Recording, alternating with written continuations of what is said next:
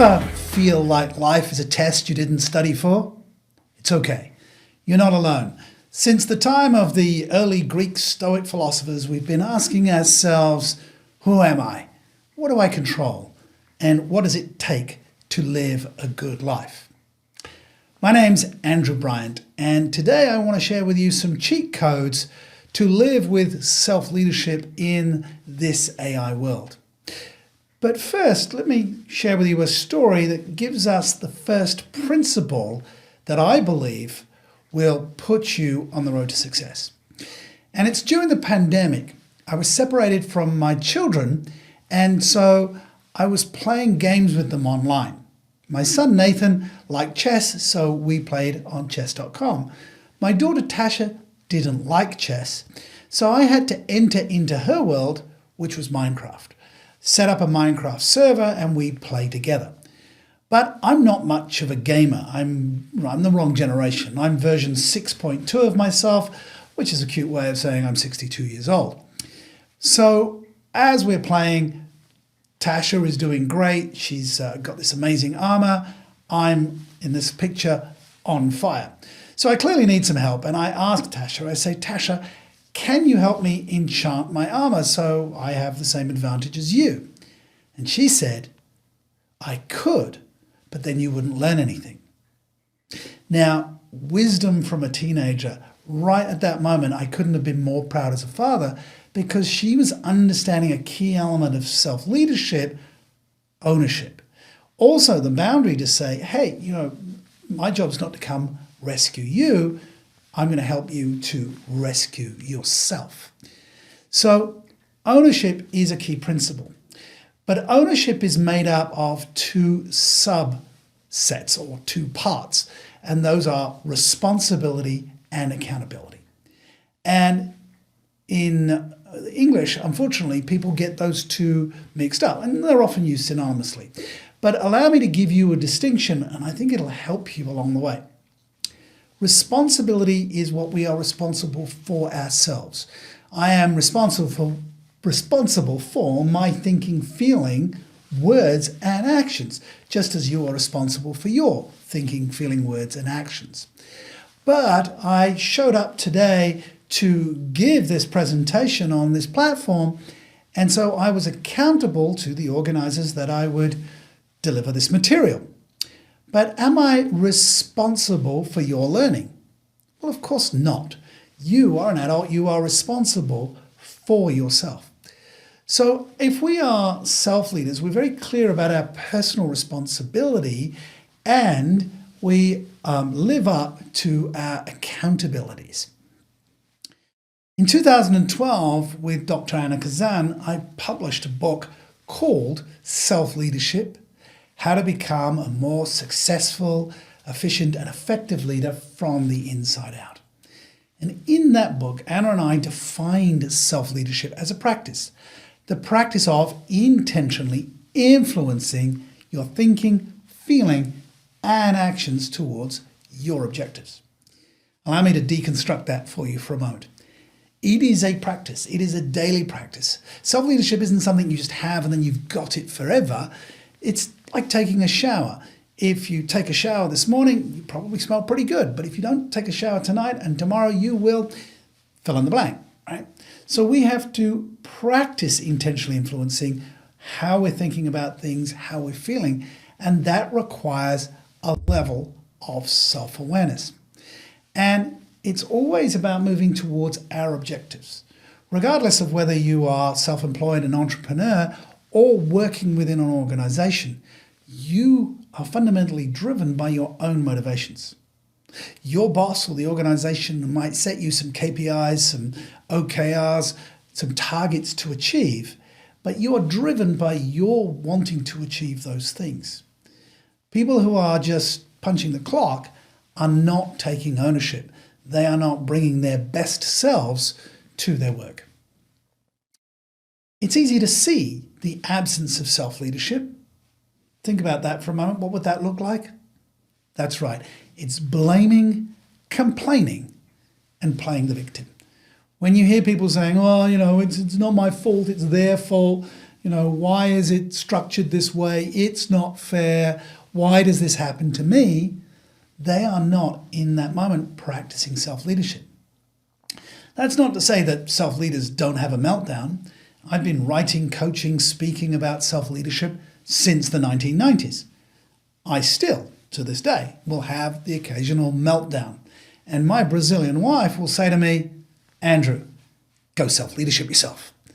And so we can put ourselves back on track. We have to be a little kind on ourselves. It's hard to be perfect all the time. And in fact, that should not be an objective. Here, however, is the principle. If you are in an organization, you need to understand that you can't lead others unless you first lead yourself. Very simple principle. I'll say it one more time. You can't lead others unless you first lead yourself. Now, I mentioned we now need to lead ourselves in this digital AI world, where it is more important than ever to turn up as a self-leader, because if things are just punching the clock, then those things can be automated.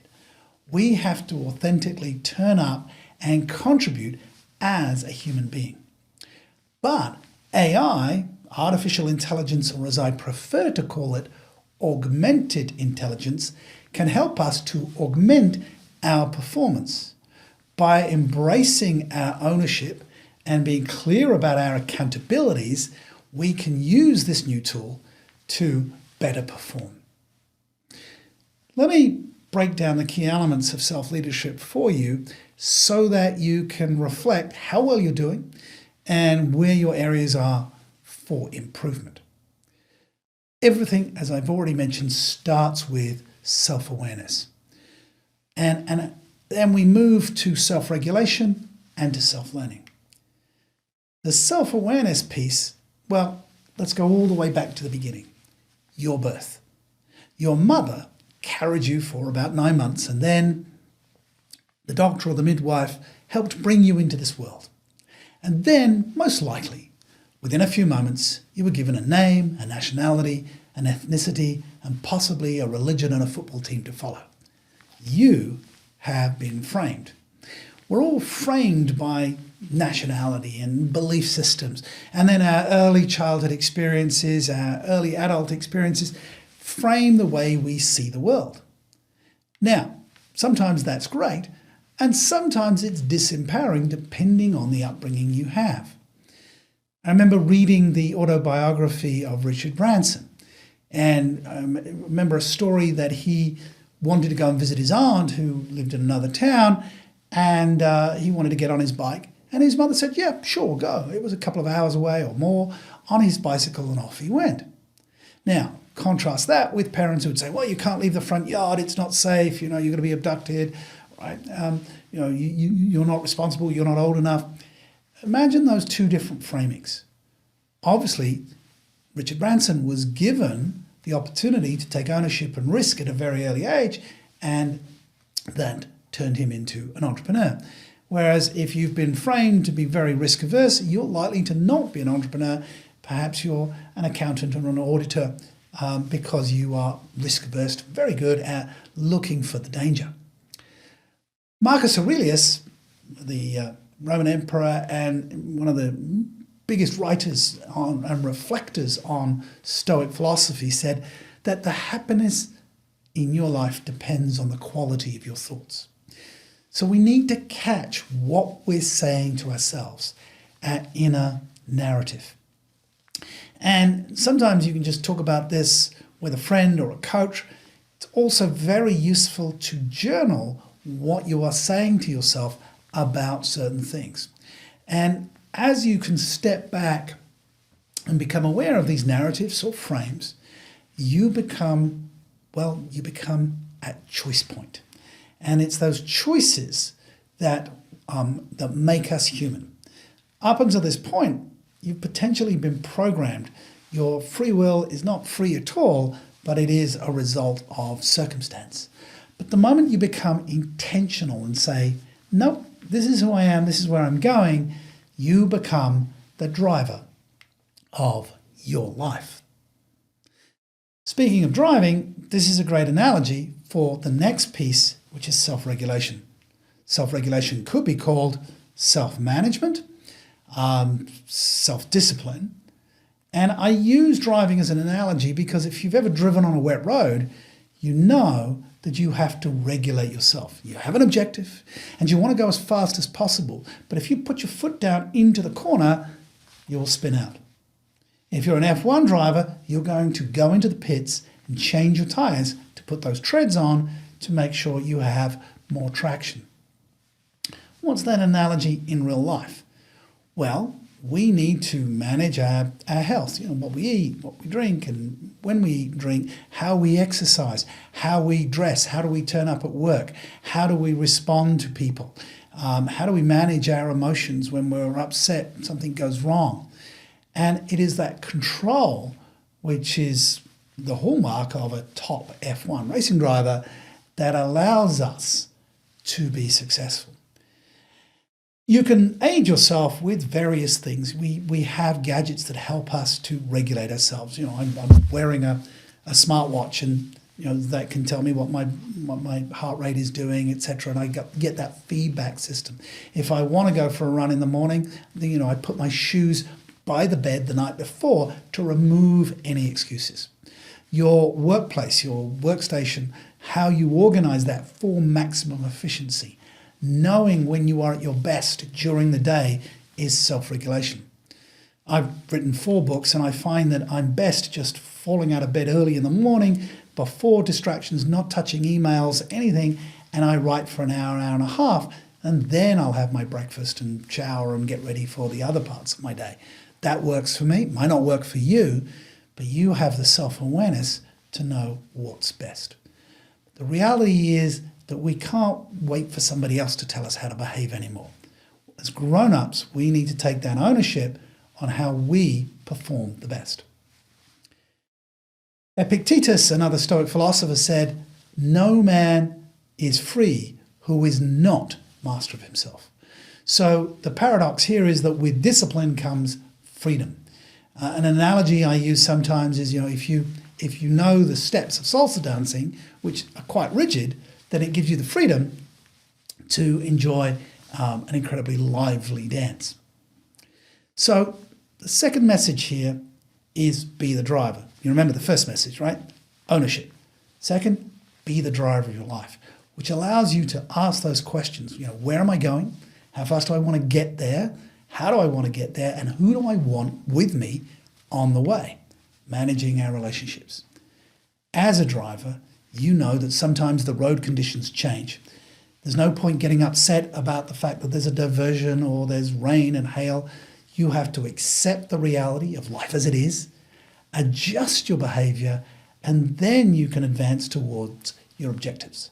If you don't accept, if you rail against a red traffic light and drive through it, there will be consequences. Imagine a team where everybody is practicing those things, taking ownership and being the driver. And that team coming together for group objectives. Imagine an organization operating with people who are self-leaders, or a government department, or a non-profit. Creating a culture of self-leadership is the work I do with my corporate clients, because leadership is in fact a process of influencing others in a way that enhances their contribution to a group goal. It is encouraging people to take ownership of their self-leadership, bring their creativity, their innovation, their energy, their passion to the workplace, but direct it towards an objective. Back in 2021, McKinsey was looking at what are the mindset, skills, attributes that are going to be required for the future of work. 3 years later, we're actually in the future of work.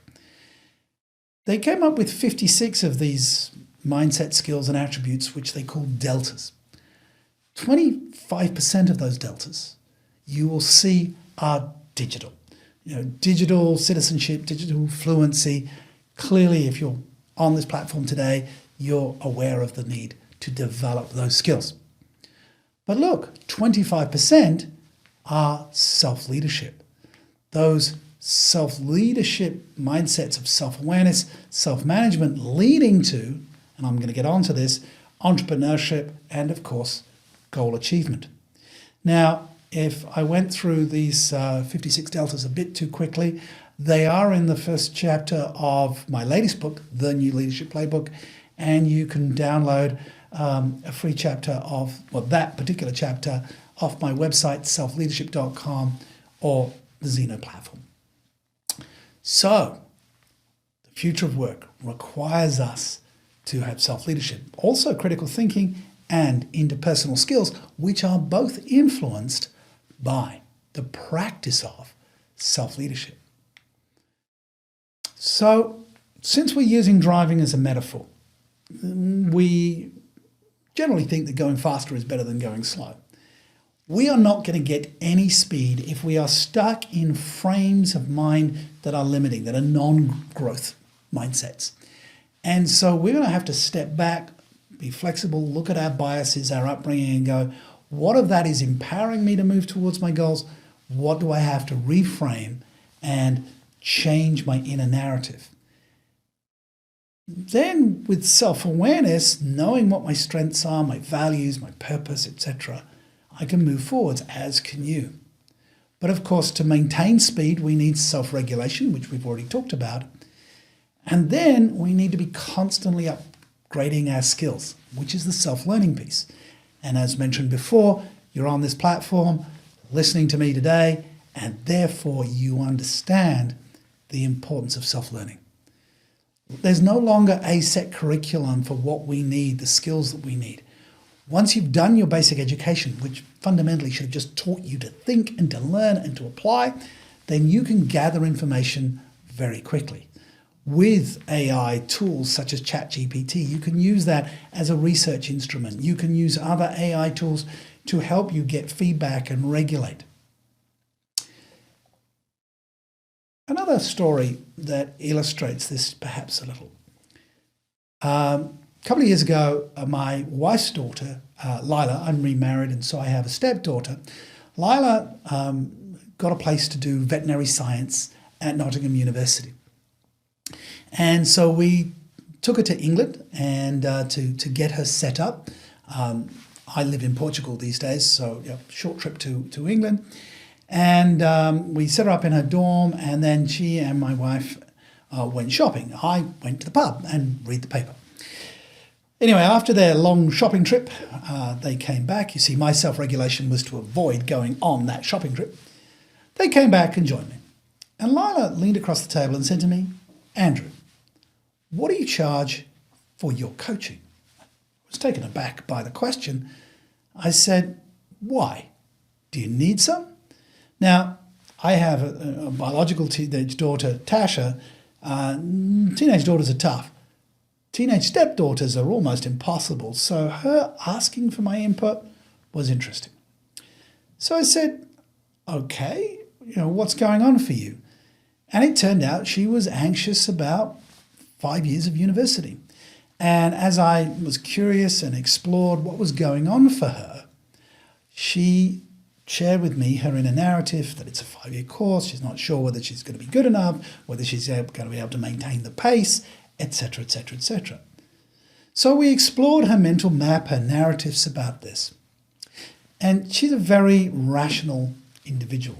So I said to her, "Look, do you have the data to make a decision?" And she said, "Well, of course not. I haven't even done the first day yet." So I said, "Good. So here's my question. How long do you need to get the data to find out if this is the right choice for you?" She thought for a moment and said, "Well, I think, the first term or semester." I said, "Great. Well, here's what we're going to do. You are going to commit fully for the first semester. And if at the end of that, fully committed, you find that this is not for you, I commit to help you find another course. That is after I revive you, because I'm sure your mother will kill you because she's invested in you doing this course, but I will help you out." She smiled, and at the point of sharing this story with you, she's in her 3rd year, she's doing placements, and she's loving it. Just finding what that narrative is, reframing it, and you can increase your performance.